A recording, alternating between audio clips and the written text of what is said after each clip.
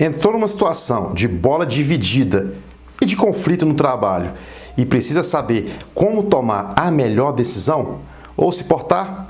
Então fique comigo nesse vídeo que nós vamos aqui te ensinar como você pode se sair bem em uma situação de conflito como que você pode estar vivendo.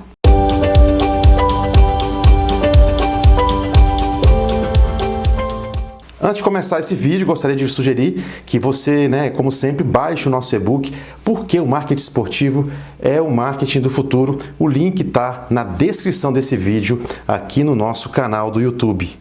Bom, pessoal, na minha vida profissional, eu tive que lidar muito com conflito. Conflito com colega de trabalho, com o chefe, com pares, conflito na equipe, conflito interno, comigo mesmo. E olha, o campo da comunicação e do marketing é ainda mais propenso a isso. Primeiro, porque é uma área de humanas, então não é uma ciência ou uma atividade profissional, vamos dizer, exata. E em segundo lugar, muita gente que não tem formação nem estuda sobre marketing esportivo acha que pode dar pitaco em tudo. E terceiro, o conflito faz parte da própria natureza humana e nem sempre é ruim se bem administrado. Então, no final desse vídeo, você vai aprender no cotidiano de quem deseja trabalhar com marketing esportivo quais os tipos de conflito, quais os mais comuns, por que eles ocorrem e como você pode agir para resolvê-los em cada situação.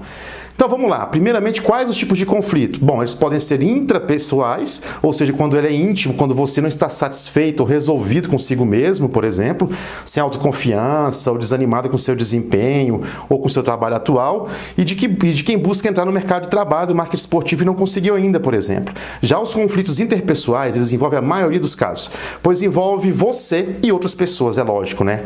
Uma outra categorização fala sobre a forma dos conflitos, os chamados conflitos funcionais até são positivos e estimulam novas soluções ao trabalhar de maneira sadia e profissional os embates de ideias e projetos, por exemplo. Já se você já está no nível de gestor ou um diretor de marketing, deve se preocupar em evitar ou minimizar os chamados conflitos disfuncionais, que têm consequências perigosas, notadamente por terem as seguintes causas. Fique de olho nisso daí no seu dia a dia, hein? Vamos lá. Primeiro, um comportamento egoísta e oportunista de uma ou das demais partes envolvidas, sonegação, falha na comunicação ou deturpação de informação. Falta de confiança entre as pessoas também é um motivo muito comum. Excesso de competição. Outro aspecto, diferenças de personalidade entre os indivíduos. Escassez de recursos necessários, como pessoas e dinheiro mesmo para tocar projetos. Mudanças radicais mal comunicadas no trabalho que geram tensão e medo. Prazos para entregas totalmente impossíveis de serem cumpridos é um outro item que gera bastante conflito. Um também bastante importante, abuso de poder, que é algo que acontece muito quando se tem um perfil de liderança tóxica, que só enxerga defeitos e gera intriga nos outros, gerando muitas vezes um abuso de poder. Tem um vídeo sobre liderança que a gente vai indicar aqui também, tá bom? E como gerenciar um conflito? Uma primeira lição que você tem que aprender para saber gerenciar os conflitos depende de você mapear o grau de maturidade dos atores envolvidos na situação, de conhecer as decisões anteriores de quem arbitra a decisão e também da cultura e do clima organizacional do clube, federação ou empresa que você está trabalhando.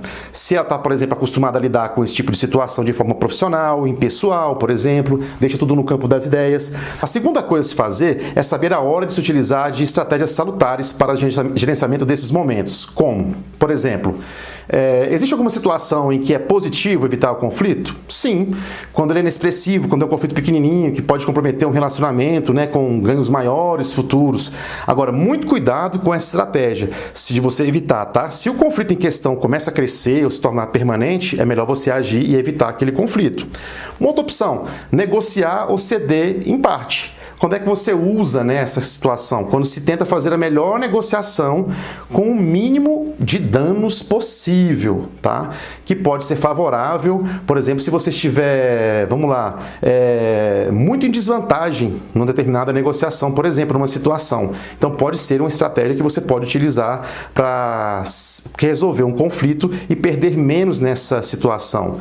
Uma outra situação, uma outra forma que você também pode lançar mão é a utilização do poder de decisão. Então, quando isso ocorre, quando a situação é definida, muitas vezes, de forma vamos dizer, autoritária, mas de forma mesmo definitiva por algum chefe. Isso é muito utilizado quando as partes estão irredutíveis, né? E alguém tem que decidir aquilo, aquele conflito pode gerar um grande dano, por exemplo, numa crise para uma empresa.